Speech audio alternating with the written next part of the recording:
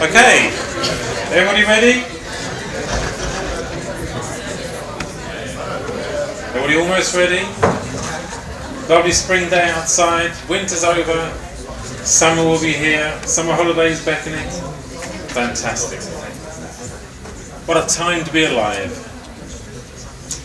So today, thank you for coming along, as always, lecture 4. Talk about two big subjects today. We're beginning to talk about motivation and decision making. Motivation is a big subject that we'll be dealing with, decision making less so. Both are likely to be topics, however, in an exam. And a very large topic which we'll be covering more or less in full today is groups and teams. So we're looking at the classical view of motivation and decision making, and then groups and teams in its entirety practically. So there's registers around, being filled in as we speak. Last week, you'll recall. Does anybody recall last week? Last week we did very interesting things for an hour and a half or so, I'm sure. We did contemporary models of organisations and leadership. So we started to look at how the original conception from Weber had developed over time, and how authors and academics are starting to come up with new ways of looking at organisations. In the seminar groups, we started to look at supergroup as a case study. We've also been looking, of course, at McDonald's all the way through. And so far in the case studies, we've been dealing with history and development, structures, and last week we dealt with governance and ethos. You might have seen that the assignment brief is now up on Moodle. So that's worth looking at. We'll be discussing that in more detail. Don't panic about the assignment.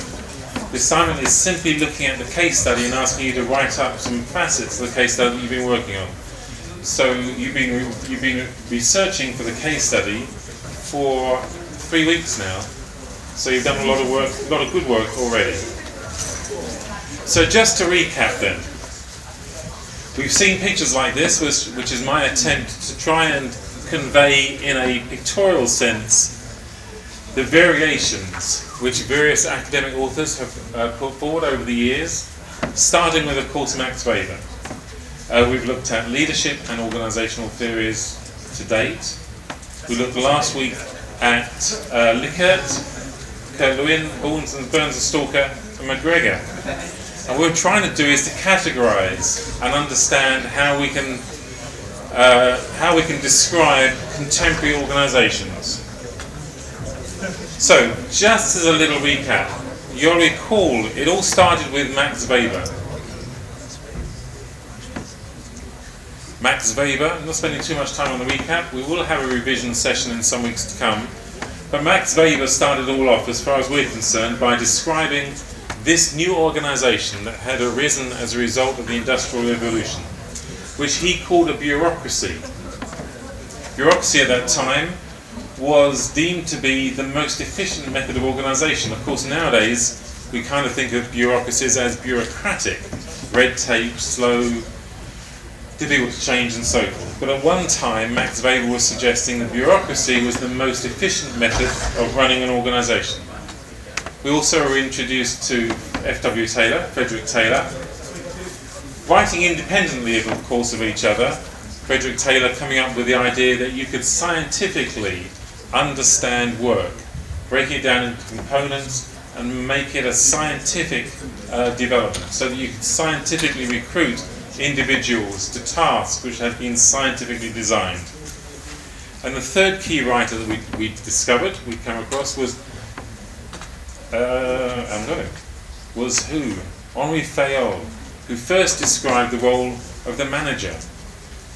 So this new organisation called the bureaucracy had this new style of person called a manager. And they were described by those three authors. So now we start to look at a slightly different area. We start to look at the area of motivation. Again, a pictorial diagram, and you'll begin to see that actually it's very similar to the previous diagrams. All that's different really is that we have in the middle this triangle, which we'll be looking at in a minute. Maslow's hierarchy of needs. And from our point of view, motivation as an academic theory started really with Maslow. But on the bottom left-hand side, you'll see the name Elton Mayo. And it was Mayo who first came up with the idea that workers need to be treated differently than if they were machines. So let's just recap slightly and just look at that. We call that Chrysler video that we saw a few weeks ago. So recall, this was the Chrysler automobile factories around America, looking at the day in the life of the automobile workers, looking at the production line system, a video designed to, or a film designed to introduce the American public to this new world of working. So we then see the massed workers happily moving into their production plant.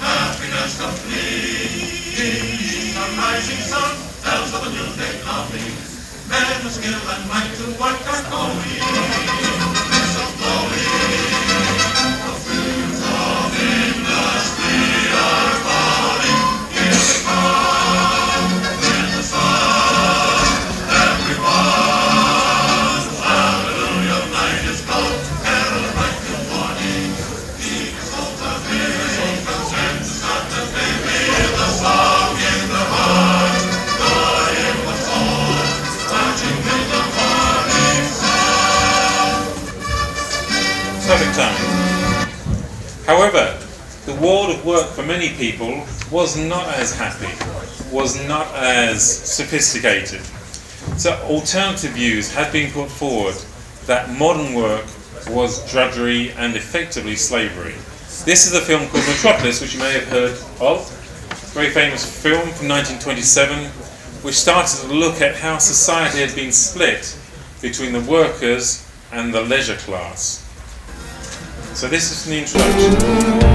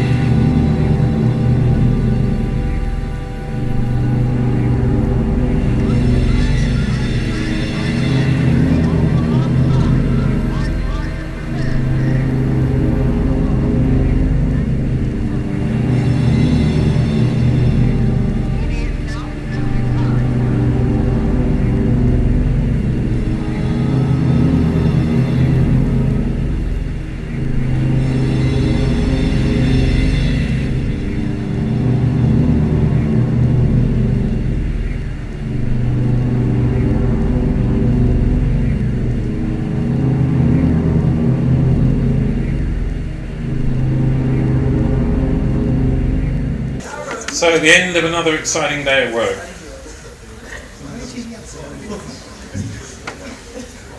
We of course have a theory now, we have a name and a theory to describe that kind of organisation. We might call it a mechanistic organisation or a theory X kind of company. So it was Douglas McGregor that came up with the idea of a theory X company, which we talked about in previous weeks.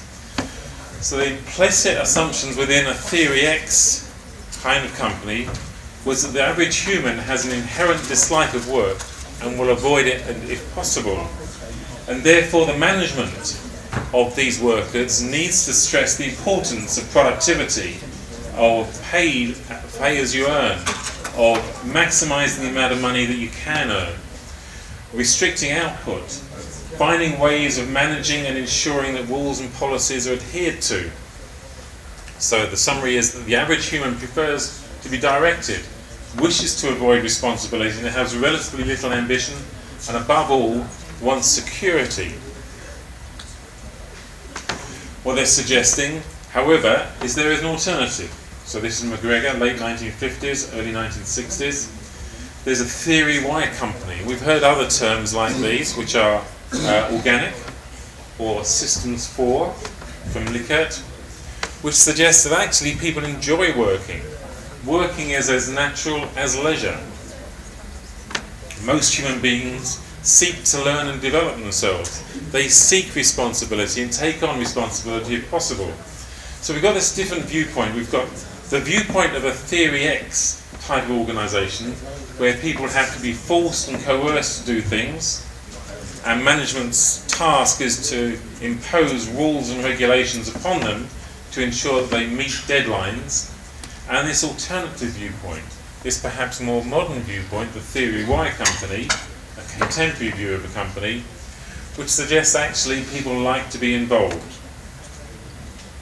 And it's these two different viewpoints that have led to the development of motivation theories. So what is motivation? Motivation suggests that something is personal to us all and is part of our individual makeup. There is, as always, no universal theory with regard to motivation, but there are a number that we'll be looking at over the coming weeks. Some definitions. Motivation, then, is the cognitive, decision-making process through which goal-directed behaviour is initiated, energised, and directed and maintained. So goal-directed behaviour becomes important there. So having a goal to doing something and achieving those goals. That's part of motivation. Another definition. Motivation refers to the forces within or beyond a person that arouse and sustain their commitment to a course of action. So motivation is something that comes from within or externally that forces them along a particular path and continues along that, and helps to sustain them along that path. Now, motivation was first espoused by Elton Mayo.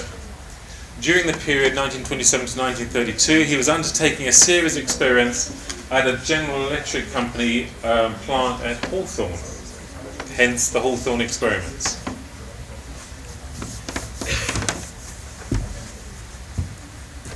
Okay? How's your chest? Good? Good. Good. You need to rest your voice a little bit though. Okay. So, Elton Mayo. Elton Mayo had been brought in by GEC to assist in increasing productivity. They were, we could describe them as, a mechanistic or theory X kind of company. And they simply brought in Elton Mayo's team to conduct a series of experiments amongst a series of employees, but the most important of which involved 6 female workers. Over the 5 years, a number of experiments were conducted, but the most important experiments were conducted simply over a period of 5 months, where Elton Mayo and his team altered the working conditions of these 6 individual employees, and they changed a number of variations and variables within the working conditions of those employees. They changed the lighting, they changed the temperatures, they changed rest breaks, they changed the working day. They tried all sorts of variations in order to determine the most productive method of working following along from F.W. Taylor's scientific management precepts. And what they found was everything they did, generally speaking, increased productivity. Increasing the lighting in the plant increased productivity. Decreasing the lighting in the plant increased productivity. Extending the working day increased productivity. Reducing the working day extended productivity. And what they began to realise, and it took them some time to work out this and come to this conclusion, was that there's a social aspect to working. That workers enjoy being looked at and people responding to them as individuals and as a group. And what they came to a conclusion was that there is a contract, an unwritten contract between the worker and the employer, a psychological contract, which means that the workers have an understanding of what the management implicitly are looking for and desire to work to support and meet those requirements. In turn, it was found that there is an interest on the part of the management in the workers. They discovered that work is a group-related activity. Previously to this, work had been mechanical. It had been broken down, division of labour, Frederick Taylor, into series of tasks. But what they were discovering now was that there's a social aspect to this. It's a group activity. And from this, started to develop the idea that workers could be motivated by something other than the desire to increase the amount of money that they earn. Remember, Frederick Taylor was the person who suggested that people's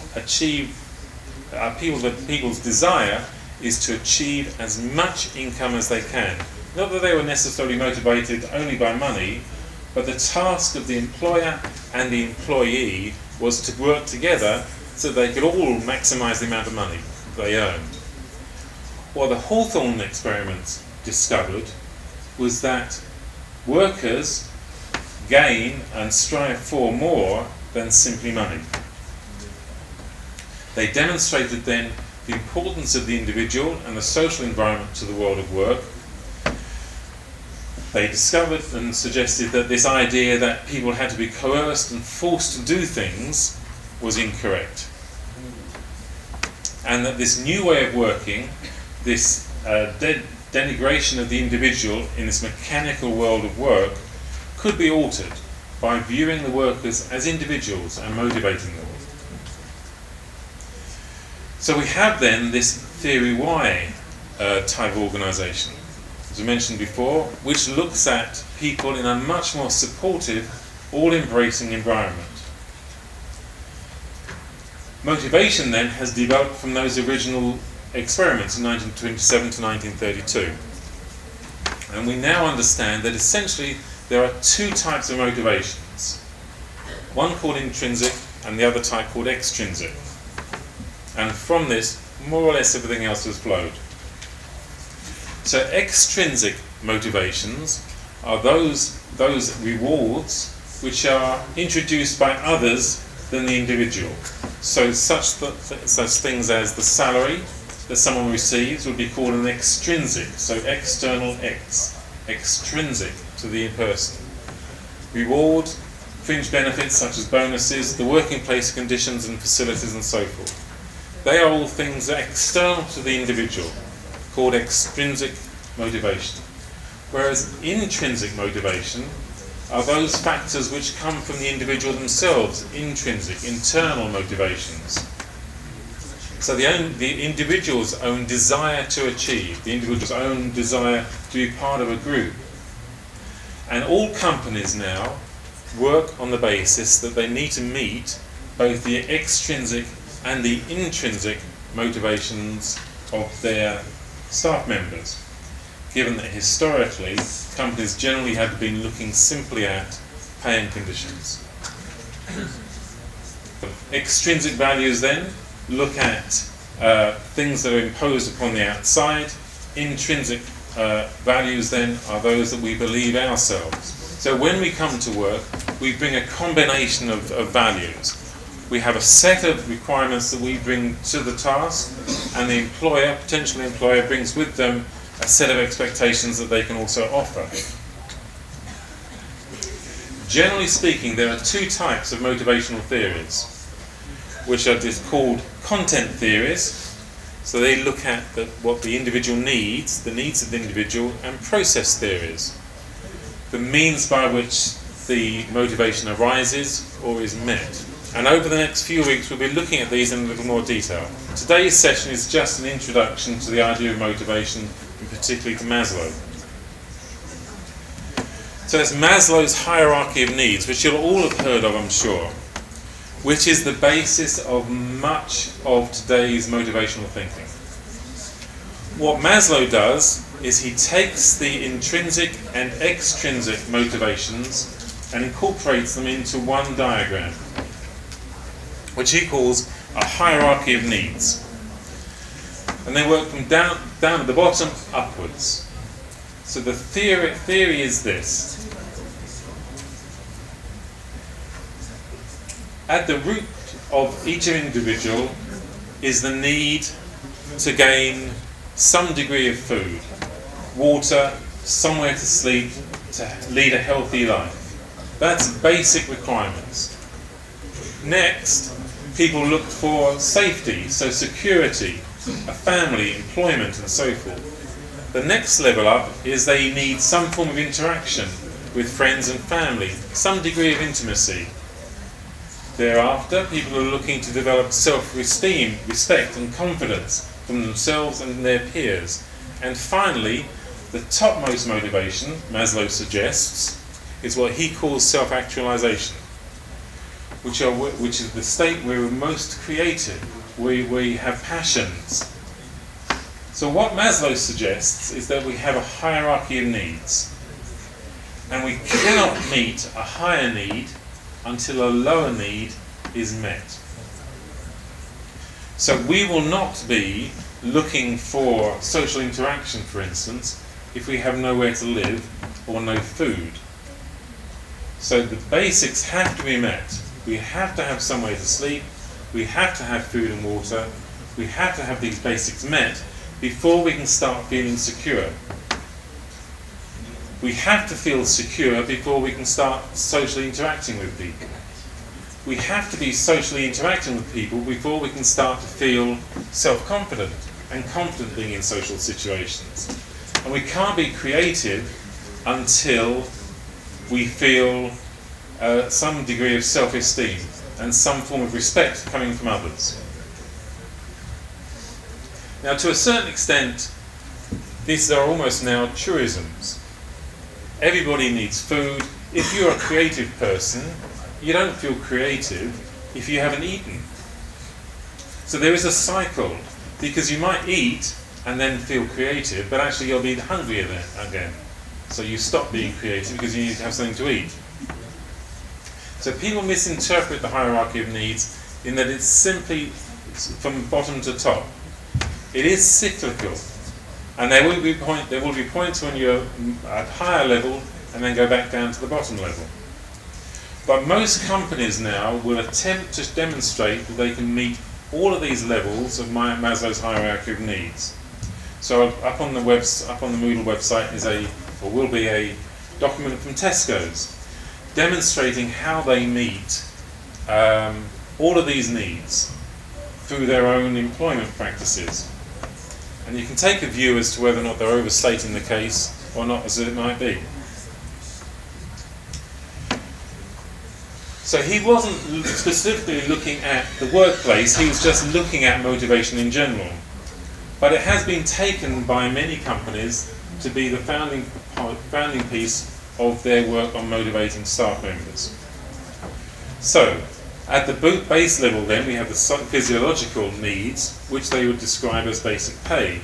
Safety then becomes job security and a health and safety working environment. Social becomes good relationships with colleagues, with customers and so forth. Esteem is about recognition, appreciation for the work done. So annual reviews, for instance, half-yearly reviews, pay reviews, all part of esteem. Self-actualization at the top level, the opportunity to develop skill sets, take on new challenges and so forth. However, as always, there are issues to these particular theories, and so Maslow himself will have had, and does continue to have, criticism. A number of criticisms include the fact that this is a very Western-oriented viewpoint on motivation and work. Other cultures don't share these particular motivations. Work is not the only area in which we gain responses and positive responses and motivations. Many people gain their positive responses outside of the world of work and just come to work to earn some pay and aren't looking to develop themselves creatively within the world of work. So that's Maslow and the introduction to motivation. So motivation was a new concept. It came out of the Hawthorne Experiments 1927 to 1932. Maslow, 1943, was the first person to espouse a theory of motivation, and as we'll look at next week, we can start to look at to see how organisations have utilised increasingly sophisticated models of motivation to support employees. I want to spend a bit of time now looking at decision making. So a little component of what we're trying to do within this module is to look at decision making. So remember, the module is called Organising for Business. Within business, of course, and within all organisations, decisions are made. Decisions are made at all levels of the organisation. You might call them strategic decisions rather. Those decisions taken by the people at the top of the organisation, and operational decisions, how we're going to do this on a day-to-day basis, are taken by all employees. So it's not that decisions are taken simply by one group of people only. This is just a short little section. And I just wanted to introduce the idea that there is what is called the rational model of decision making. So the rational model of decision making assumes 5 steps. And the first step is that you define the problem. The second step is you generate and evaluate ideas. Then from that selection, you select an alternative rather. You implement the selected alternative, and you monitor results. So the classical theory, the classical model rather, of decision making is geared around, first of all, defining the problem. Now the classical model assumes that in defining the problem, the people defining the problem have assessed every aspect of that problem. They generate and evaluate as many ideas as are possible to come up with an alternative. And the alternative is selected rationally.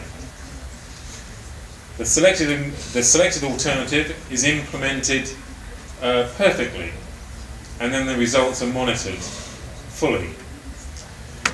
So there is a classical view of decision making that is geared around understanding everything, having a multitude of options to choose from, selecting scientifically the best option, then implementing that perfectly and monitoring the results. As we'll see in weeks to come, that also isn't clearly the case, and contemporary theories have shown how decision making works in modern organisations. But I'm just putting this to you just at this stage, that we have the classical view of motivation, Maslow's hierarchy of needs, and the classical view of decision making. So to summarise where we are with the classical viewpoint on organisations and businesses, generally speaking, we can say that the original viewpoint of anything that we're looking at in terms of organisations and business, the classical view is a rational viewpoint, driven by processes, structured and formalised, focused on roles, with top-down communication in most aspects of the operation. But as we've started to see, there are differences, there are alternatives now that people have started to look at in order to describe how businesses work in contemporary society. We started to look at organisations and leadership last week. In the next weeks to come, we'll be looking at how authors and academics have viewed modern systems of motivation and decision making. Okay, time for a little ad break.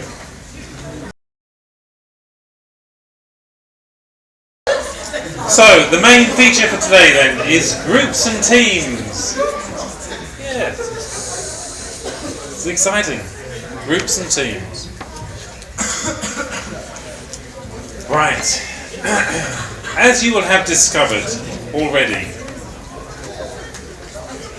as soon as we have two words for something, excuse me at the back, as soon as we have two words, we have academics looking to see, is there a difference between groups and teams? We have two words, group and team. We must have reasons for having two words. So let's try and discover what the differences are.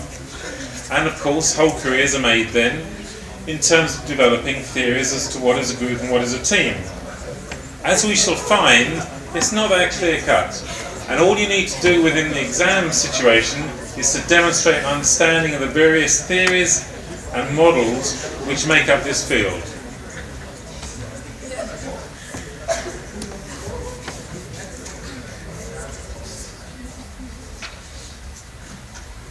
So, what is a group? We have a word called group. Group. Any number of people who interact with one another, who are psychologically aware of one another and perceive themselves to be a group. Handy. Charles Handy, a name we recognise from previous weeks. Any collection of people who perceive themselves to be a group. So a group of people is described as just a bunch of people who are together. So is there a difference between a group and a team? The suggestion is then that the term team brings with it some sort of control, some sort of discipline, some sort of direction. A team then is a group of individuals who work together to produce products or deliver services for which they are mutually accountable. So we have a group, any number of people who are working together or psychologically aware of each other, and a team, a group of individuals who work together to produce products and deliver services for which they are mutually accountable.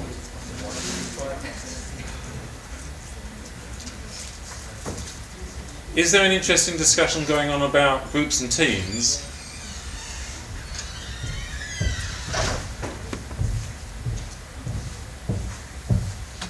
Okay, so we then have teams working with deadlines and goals. So we have the idea then that teams work together to produce products and services for which they are together accountable. So a team then is a psychological group whose members share a common goal which they pursue collaboratively, so people working together for a common goal. Members can only succeed or fail as a whole, so they're working together as a team with a common unity and a direction. And they all share the benefits and costs of collective success or failure. So we've gone in a relatively short period of authors from this idea that a group is just a bunch of people who are working together, or who are together, to a team being a collective who are responsible for things and can be judged as success or failures. Another definition: work teams and groups. So you can start to see here actually there's a confusion, because this author is talking about work teams and work groups. So you're quite right to be a little bit confused even at this early stage as to, is there a difference between teams and groups? I'm not sure. Work teams and groups are composed of two or more individuals who exist to perform organisationally relevant tasks, share one or more common goals, interact socially, exhibit task interdependencies, maintain and manage boundaries, and are embedded in an organisational context that sets boundaries, constrains the team, and influences exchanges with other units in the broader entity. So a much more complex and sophisticated view of what teams and groups do. But we haven't got a clear definition yet as to what the difference between the group and a team is, but we'll put that to one side perhaps, and just focus on These are people working together, clearly defined, clearly motivated to achieve a goal, but in this definition, the important thing is the goal is set for them externally, so within an organisation. So this author then is trying to describe a difference between a team and a work team, or a group and a work group. And it's these nuances which you can bring out in an essay question quite easily, without even necessarily remembering the quotes. So why is team-based working so increasingly important? For a number of reasons. Largely because the work that we do is becoming increasingly sophisticated and complex, and because much more of work is geared down and delivered at much lower levels. So all organisations are looking to increase efficiency and productivity. All organisations are looking to set up activities where we can learn and develop. And the team-based structure has been found to be the most efficient method for achieving those aims.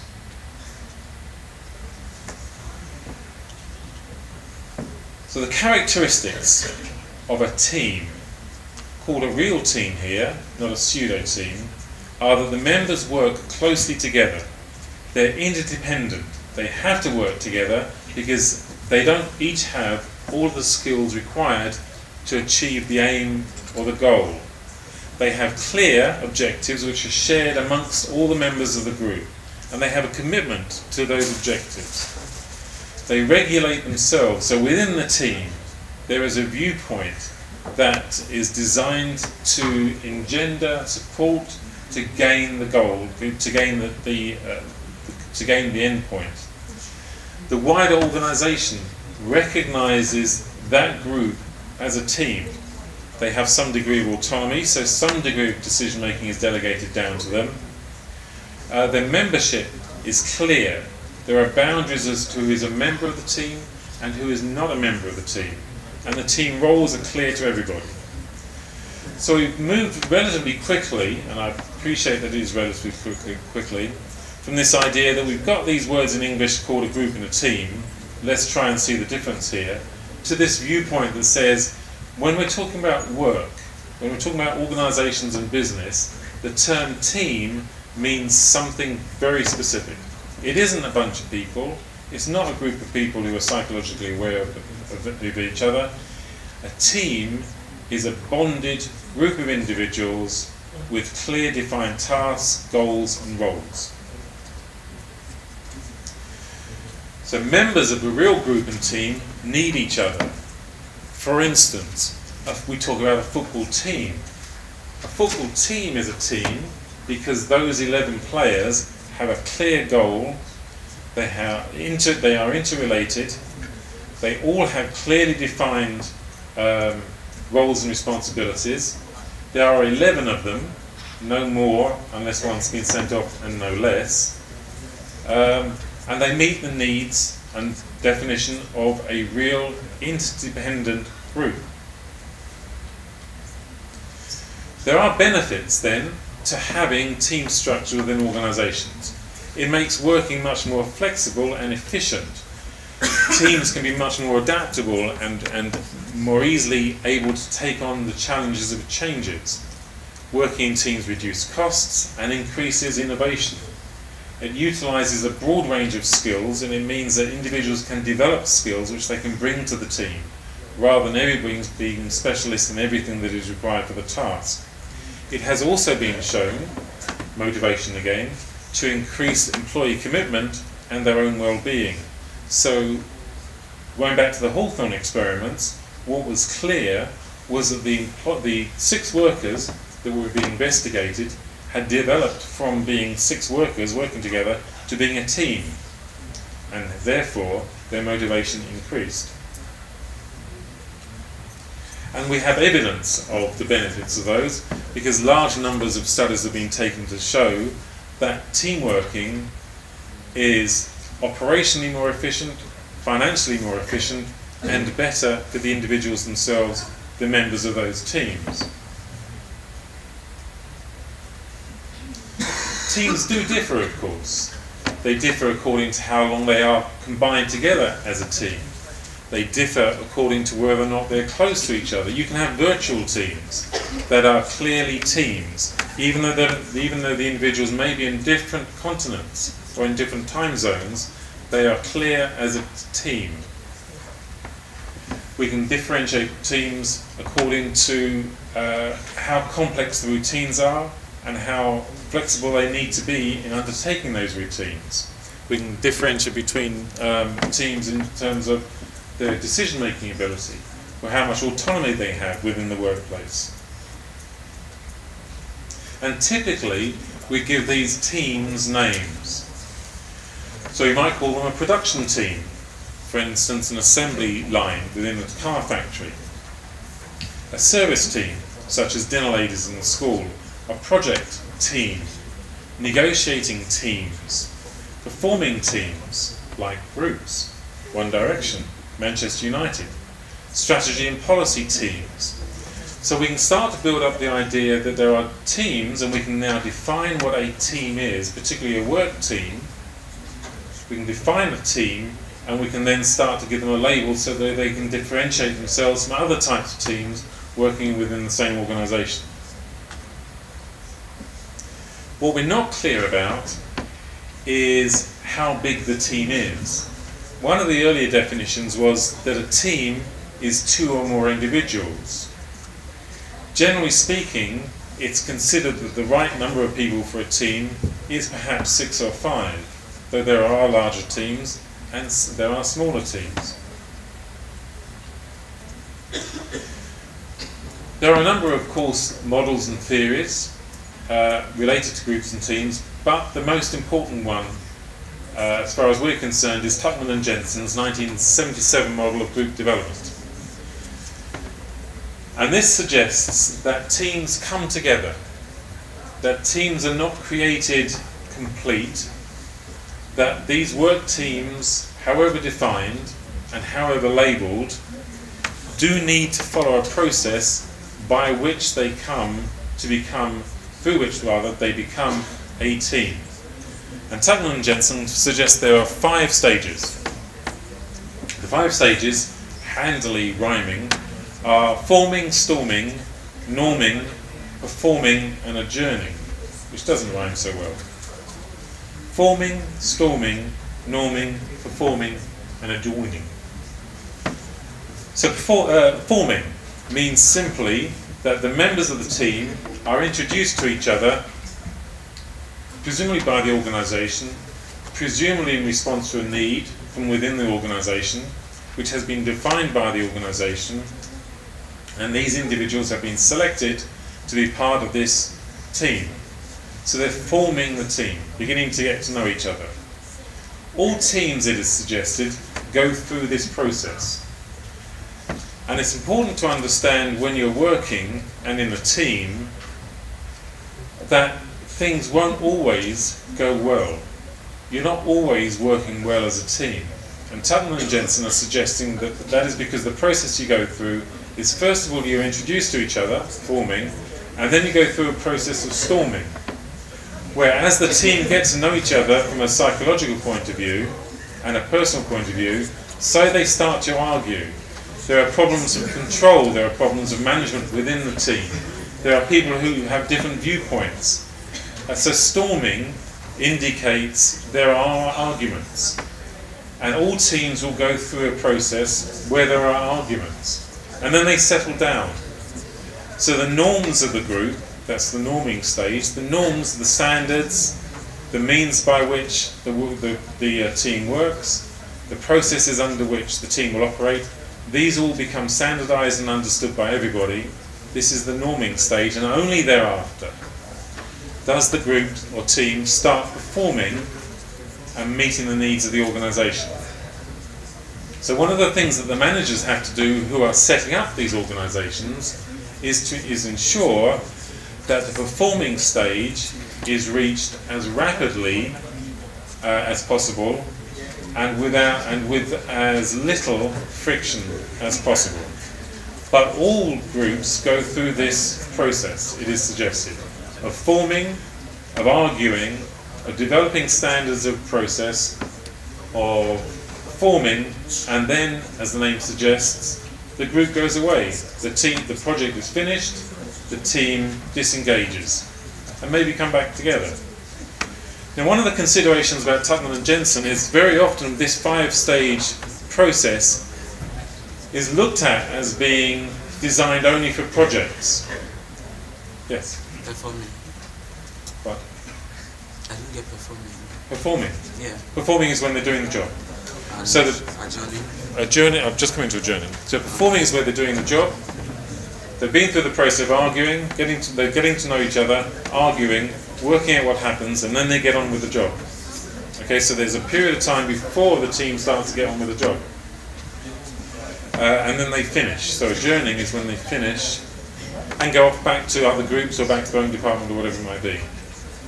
So the fact that these teams finish this adjourning process sometimes suggests that they're only for project teams.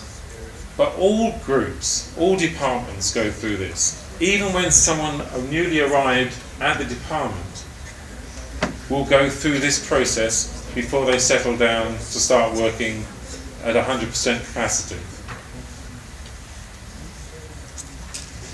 The important thing for us, then, is to realise that part of the thing about being in a team is that we're members of a team because we have different skills and attributes. And companies will put together teams because personalities differ, because skills and abilities differ. And that's the reason, in part, as to why there's this period of friction. Because these different personality types are coming together for the first time without knowing each other and are being forced to get on and perform.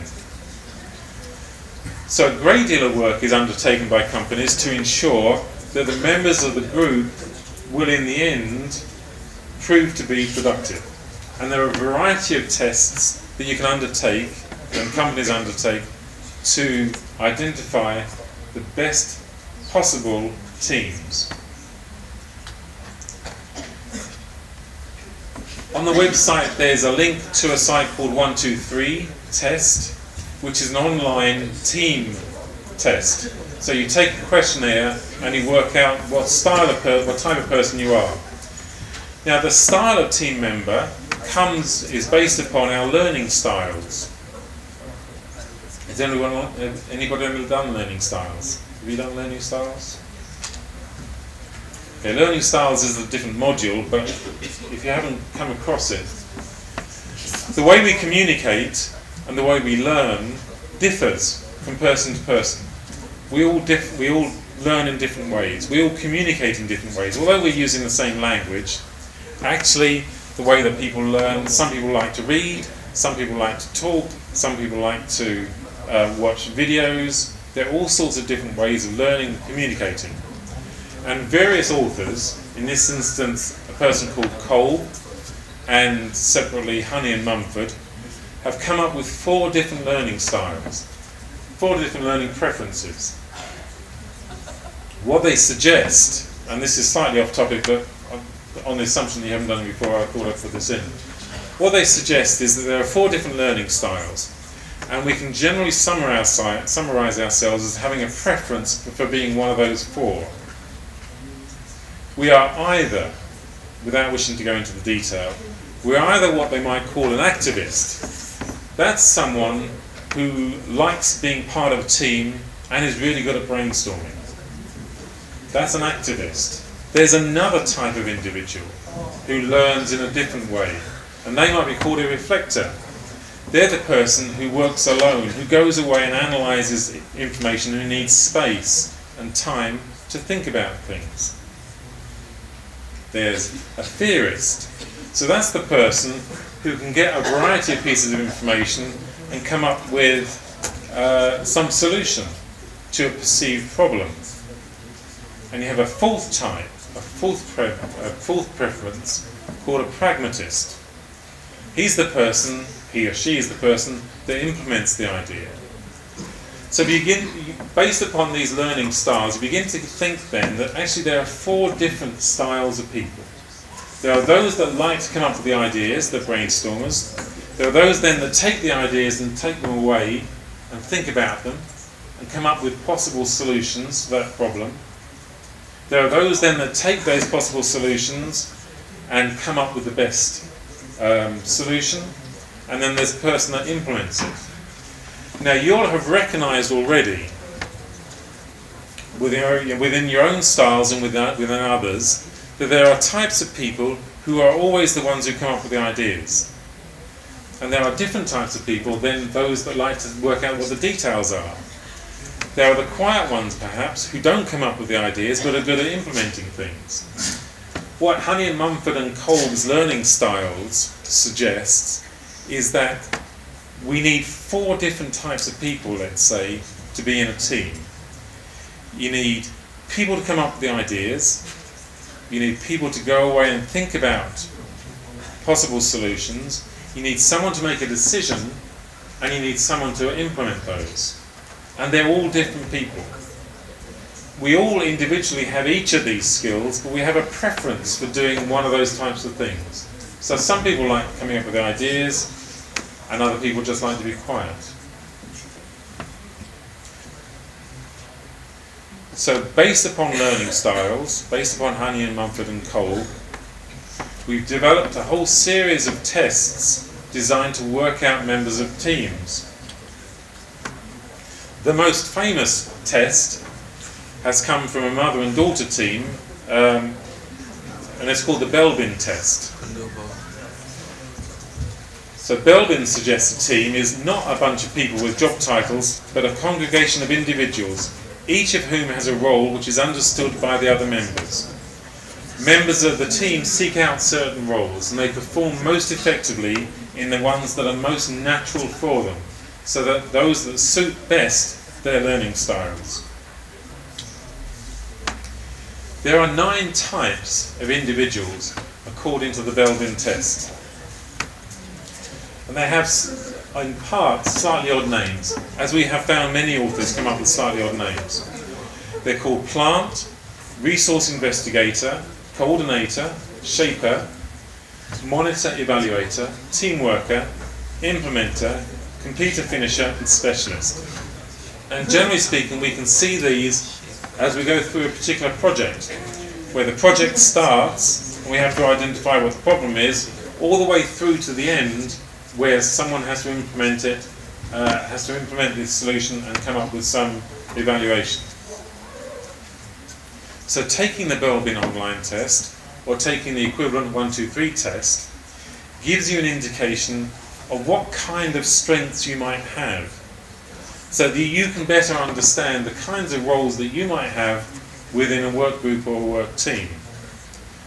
And this gives you 2 things. First of all, it gives you the strength of knowing what your abilities are, and also it helps you understand who you need to be working with to make the best overall team.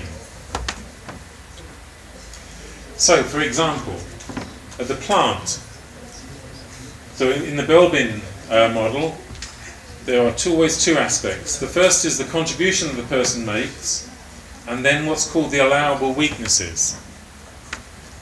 So the contribution is that, in terms of these terms, the plant, the person described as a plant, is the creative one. The one who's imaginative, the one who's free thinking, who generates ideas and solves problems. So this is presumably the activist, based upon Kolb and Honey and Mumford. The one who's good at brainstorming, come up with ideas. But they're not good at detail. They're not good at talking to people. They'll come up with the ideas, and then you want to take them away, because you don't want them being involved in the details, because they don't have the brain for it. They have a different sort of brain. You have another type of individual called, in Belbin's case, the team worker. So these are people-oriented people. They're cooperative, perceptive and diplomatic. They listen, they avoid friction. So they're really great people to get things done. They're the people to come in and get things moving once the solution has been identified, once the problem has been evaluated. But these people tend to be less good at decision making. They don't like confrontation. So there are instances where you need to take these people out of the equation and bring in another type of person. So in Belbin's terms, there are 9 types of people that you need to make up a team. As with the learning styles, these are preferences. These aren't defined, this is how you are for the rest of your life. These are just preferences that allow you and a potential employer to understand your best role within a group or a team.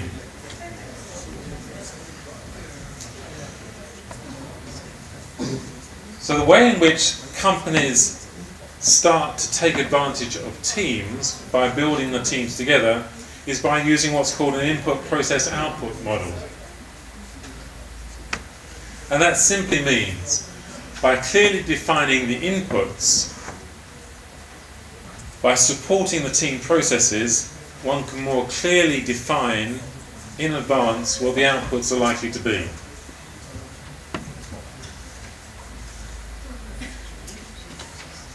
So the inputs then, when you're designing a task, you need to identify what the interdependencies are. You need to offer the team autonomy and you give them feedback in terms of how they're getting on. You build up the team, you compose the team based upon an understanding of the task and based upon an understanding of the individual's abilities and characteristics who make up the team. You do question as to whether or not the team members are all going to be from the same type of operation or whether they're going to be completely different types of operations. The processes then are to make the objectives clear, that the team needs to share and understand those objectives. They need to be, within the team, some degree of self-awareness. So we talked originally, based upon the definitions, that the team need to be self-aware. They need to be aware that they are acting as a team.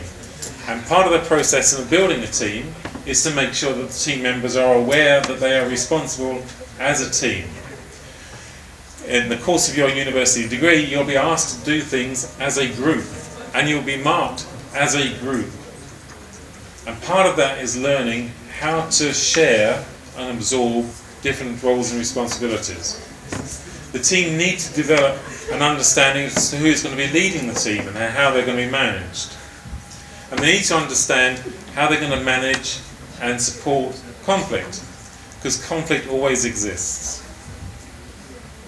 Having defined those, one can more clearly then look forward to a satisfactory output, where we can see that having effective teams generally means increased productivity, increased performance, higher satisfaction amongst the workers, higher motivation amongst the workers, greater personal development, a desire for the team to stay together and perhaps build on another task, and also the team will be better at coming up with new ways of doing things, being more innovative. So generally speaking then, based upon the learning styles theories of Honey and Mumford and Cole, and based upon the team profiling systems of Belbin, we can see that properly constructed teams made up of interdependent models of interdependent people, task-oriented, goal-oriented, will make a more effective outcome for the operation and for the individuals concerned. Teamworking, however, of course, brings with it its own tensions and difficulties. As you will find also, when you're doing your own group-based assessments, there will be people who are just coming along for the ride. There will be the team member who doesn't play their part. And that produces some difficulties within the organisation, within the team rather. What do you do about the person that potentially is going to be getting a high mark for not doing very much? You need to also consider how big the team is. Too big a team and control is displaced. Too small a team and there are tensions because the workload is not equally shared. So there are all sorts of tensions which can arise in the development of a team-based activity.